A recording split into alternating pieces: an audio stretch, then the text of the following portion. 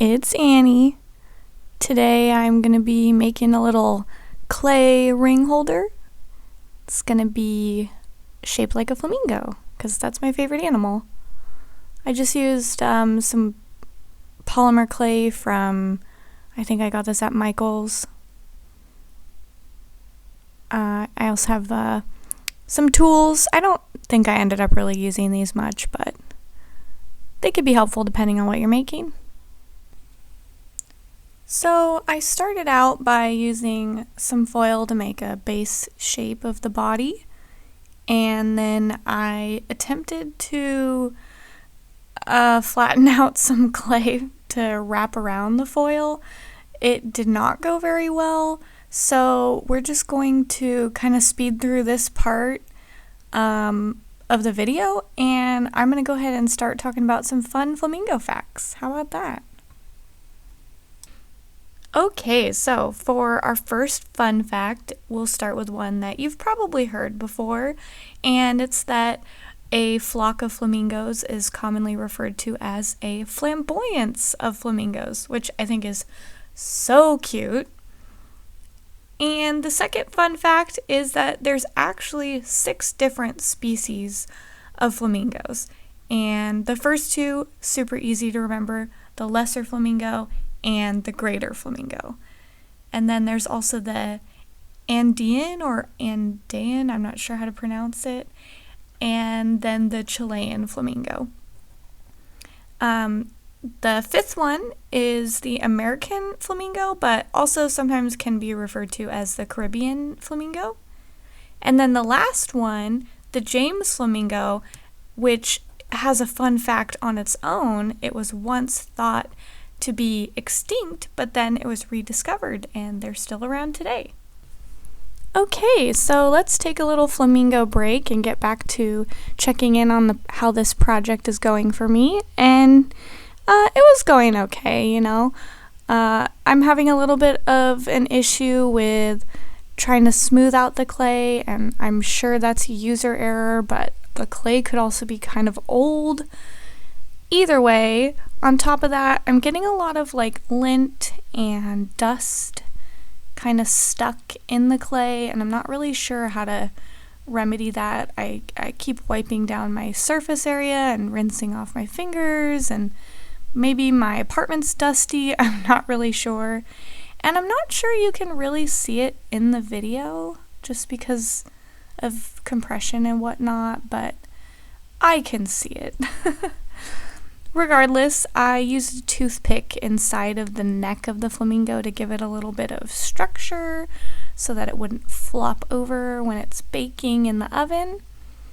And here I just kind of was deciding on what kind of shape I wanted for the wings and how to get them as symmetrical as possible, which was almost accomplished, but you know, it is what it is.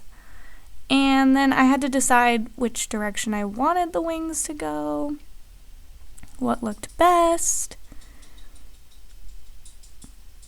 And eventually I also decided that I wanted to add some black clay underneath the wings, since flamingos have that, you know, the underside of their wings, they have a few black feathers. So I just wanted those poking out a little bit.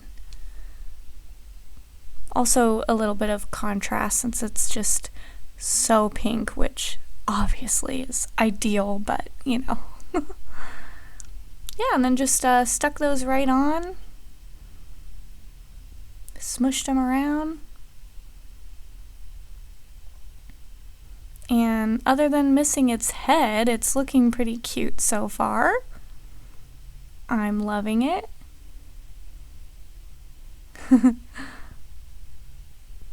For the head, I just went for sort of an orangish yellow beak. A lot darker than flamingo beaks actually are, but you know, we're sticking with that cutesy, cartoony kind of vibe that I like. And just using a toothpick, which will add support, as well as adding a little bit of black on the tip, kind of pinching it out to a point. And once it's a good enough shape, I'm just gonna stick it right in the flamingo's head. And honestly, it's kind of looking like a toucan. Anyway, I add some comically large eyes to the top. Just keep that silly vibe going. And as ridiculous as it is, I do love it. And I'm really happy with how it turned out. And I did forget to record, but I made a little, like a pink platter to place it on. I added just a little bit of liquid clay to kind of connect it together before baking it, and that's the final product. And I think it turned out really cute. Super cute and practical. I also wanted to test a theory I had where I was really getting frustrated with how much of that aforementioned dust and whatnot was getting on my flamingo, all the dust and lint. So I thought, let's try a solid white flamingo and try painting it after and see how it turns out. And this time around, I also remembered to use cornstarch when I'm rolling out my clay so that it doesn't stick to the roller, which helped immensely, and is also how I got the shape of the tray both times, which you'll see a little bit later in the video, but I used a cup to kind of mold the tray that the flamingos are sitting in.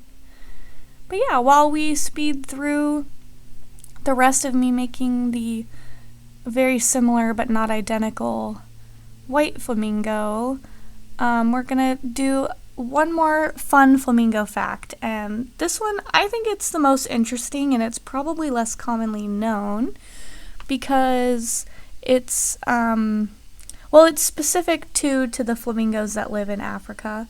I'm not sure if it's only the lesser flamingos or just mostly the lesser flamingos, but over a lot of time they have evolved to live in really extreme habitats, which has really saved their population.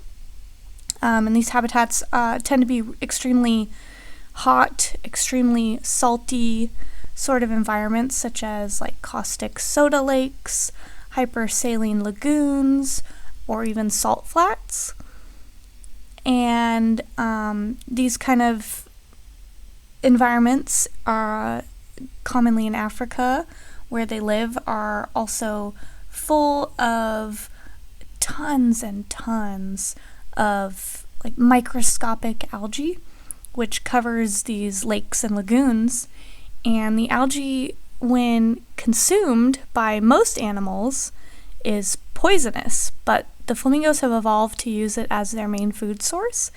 And it is, the similar algae, or similar to brine shrimp you may have heard, where it changes the color of the flamingo's feathers.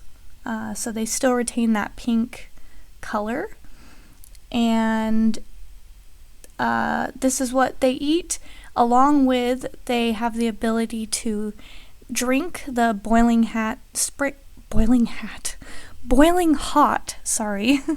spring water that is in these lakes and lagoons, as well as filter out the salt, so they can literally drink salt water and their bodies are able to filter it and use it as a source of water for them, which is extremely, extremely awesome, amazing, that they can do this. And they've created these flocks of just millions and millions of flamingos that live in these lagoons, and there's just not a single other animal or predator in sight because of the way they've evolved, because of the tough scales on their legs. They can just stand in this hot water all day, and